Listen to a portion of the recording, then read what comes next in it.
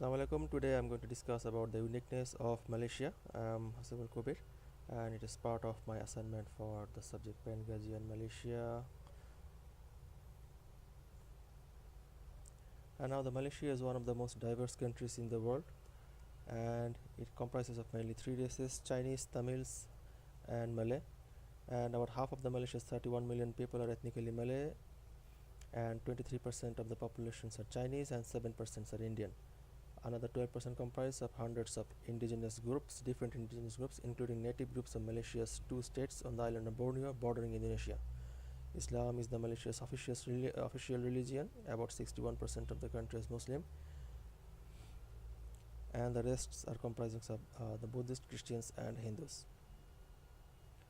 Now I'm talking about the development of the Malaysia and the urbanization of Malaysia and preserving its culture and tradition. Now, Malaysia is steadily undergoing rapid urban development, but that doesn't mean the old is out. Hindu and Buddhist temples and the old Chinese architectures are prominent in some parts of the country, especially in Penang, Malacca, and Old Kuala Lumpur. They have kept urban landscape imbued with history. And the KL City Gallery is a good example. An old colonial administration building restored to a mini museum and modern tourist center.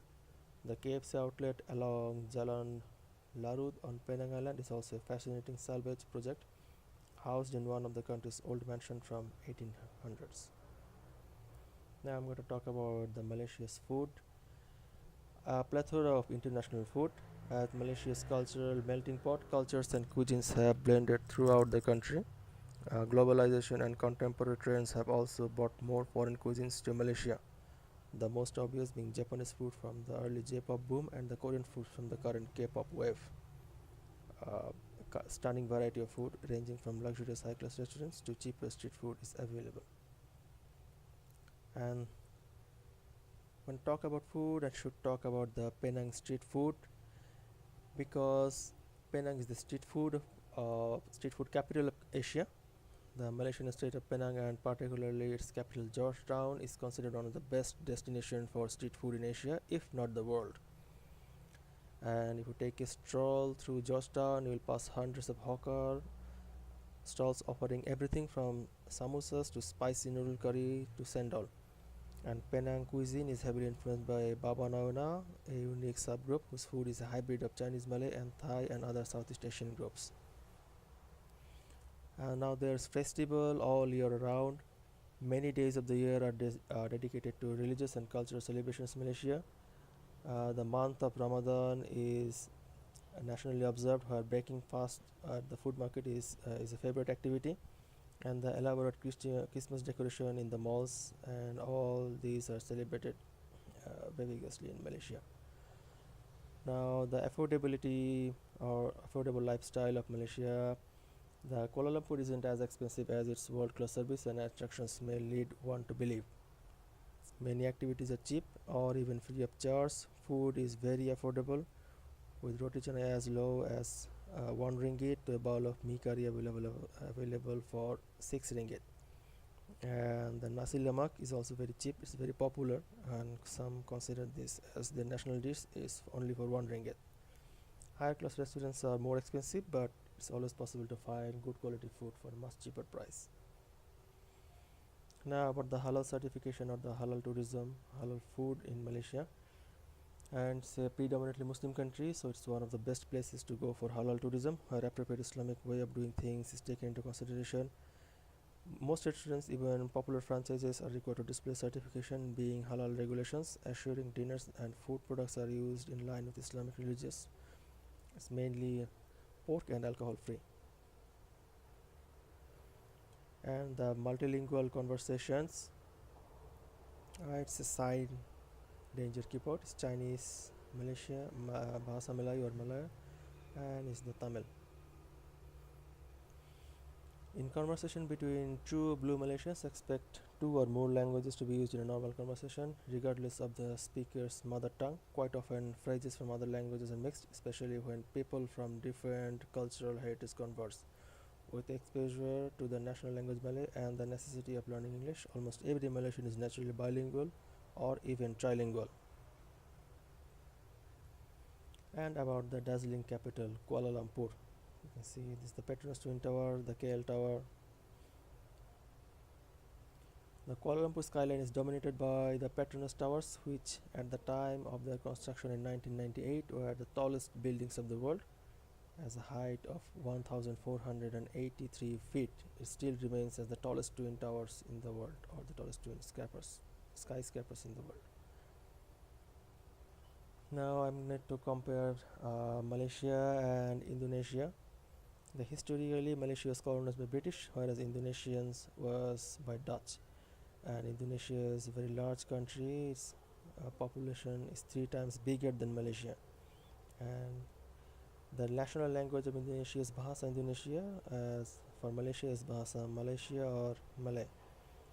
The language is 50% similar, as both of the languages evolved from the same origin, Malay archipelago, but as the time passes, the evolution caused the languages to diverge in two different kinds. And the racial demographics, Indonesia, everyone is an Indonesian regardless of their race. This was due to the government's strict policy in running everything from education, social policy and economy in a homogeneous manner. For example, the education is strictly in Indonesian language. Specific languages belong to specific races are not allowed. For example, the Chinese language, the Indonesian Chinese today mostly do not know how to converse and write in Chinese language. Many have lost their Chinese names and only retain Indonesian names. And in Malaysia, racial and cultural identities of different races are still retained and widely practiced until today. Right before and after independence, the government adopted a more lenient and open social policies. All races are allowed to retain their cultural identities. All different kinds of festivals from all races are widely celebrated. Different races are allowed to learn their own languages in their own vernacular schools. For example, Chinese still learn Chinese language formally, and Indians also learn their Tamil language in Tamil schools. And the economy, both are still developing countries relying a lot on export of raw materials and resources. But Malaysia is ahead of Indonesia because it didn't face any political turbulence or a natural disaster. Compared to Indonesia, it experienced some political turbulence in the past few decades, and that obstructed economic development. This is evident by one obvious fact that can lead to inferences. The best city of Malaysia has train transport within the city, like LRTs and monorails, whereas the best city of Indonesia is still relying on cars and buses. But Indonesia is catching up, as they are building one in Jakarta, and there are also important startups that are developing Indonesia, such as Gojek. Now I want to compare another neighbor, Brunei. There's quite distinction between Brunei and Malaysia from so many different aspects. I'll try to touch on some of the more important. Population, Malaysia has many times the number of people Brunei has, but spread across the entire country and its islands.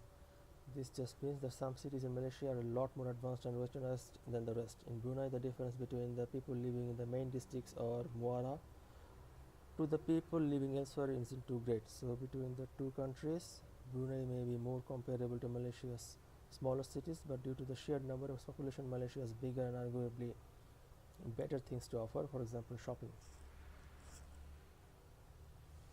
Harmony among its people. In both countries, the Malay people take up the majority of the citizens, and the Chinese make up the top minority. And I believe there's better connection and effort in Brunei among these two primary races. It may be due to the smaller, more manageable size of population. And the food and the environment. Malaysia has always been a haven for local foods and Western entertainment.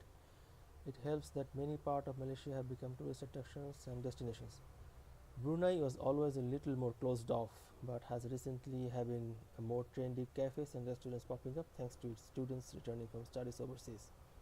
The prices in Malaysia for food would vary a lot depending on which city or state you are in, and it cost anywhere from under $1 to $4 for a similarly sized nasi lemak.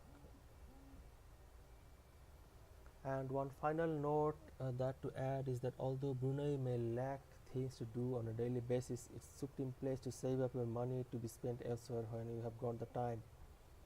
There's literally no tax here, and the housing, healthcare, and the cars are very affordable.